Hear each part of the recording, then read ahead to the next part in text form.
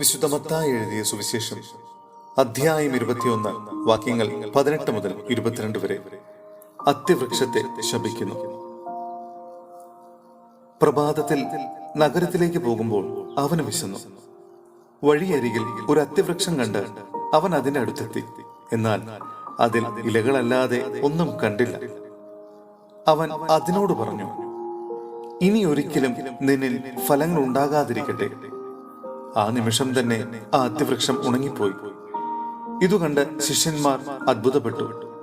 ആ അത്തിവൃക്ഷം ഇത്ര വേഗം ഉണങ്ങിപ്പോയതെങ്ങനെയെന്ന് ചോദിച്ചു. യേശു പറഞ്ഞു, സത്യമായി ഞാൻ നിങ്ങളോട് പറയുന്നു, നിങ്ങൾ വിശ്വസിക്കുകയും സംശയിക്കാതിരിക്കുകയും ചെയ്താൽ അത്തിവൃക്ഷത്തോട് ഞാൻ ചെയ്തത് മാത്രമല്ല നിങ്ങൾക്ക് ചെയ്യാൻ കഴിയുക, ഈ മലയോട് ഇവിടെ നിന്ന് മാറി കടലിൽ ചെന്ന് വീഴുക എന്ന് നിങ്ങൾ പറഞ്ഞാൽ അതും സംഭവിക്കും. വിശ്വാസത്തോടെ പ്രാർത്ഥിക്കുന്നതെല്ലാം നിങ്ങൾക്ക് ലഭിക്കും. സഹോദരരെ, വിശുദ്ധ പൗലോസ്ലീഹ കൊറിന്ത്യസിലെ സഭയ്ക്ക് എഴുതിയ 2-ാം ലേഖനം അധ്യായം 13 വാക്യങ്ങൾ 5 മുതൽ 10 വരെ മുന്നറിയിപ്പുകൾ. നിങ്ങൾ നിങ്ങളുടെ വിശ്വാസത്തിൽ നിലനിൽക്കുന്നുണ്ടോ എന്ന് പരിശോധിക്കുവിൻ.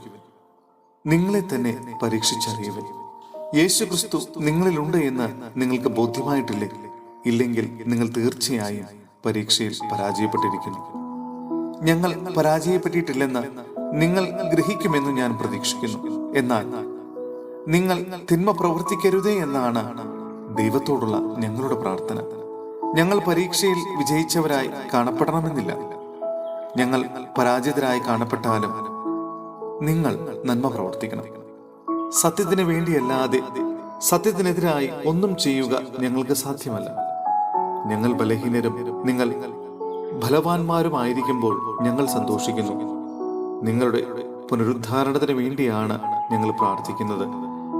ഞാൻ വരുമ്പോൾ കാർക്കശ്യത്തോടെ അധികാരം പ്രയോഗിക്കാതിരിക്കേണ്ടതിന് നിങ്ങളിൽ നിന്ന് അകലെയായിരിക്കുമ്പോൾ ഇതെഴുതുന്നു.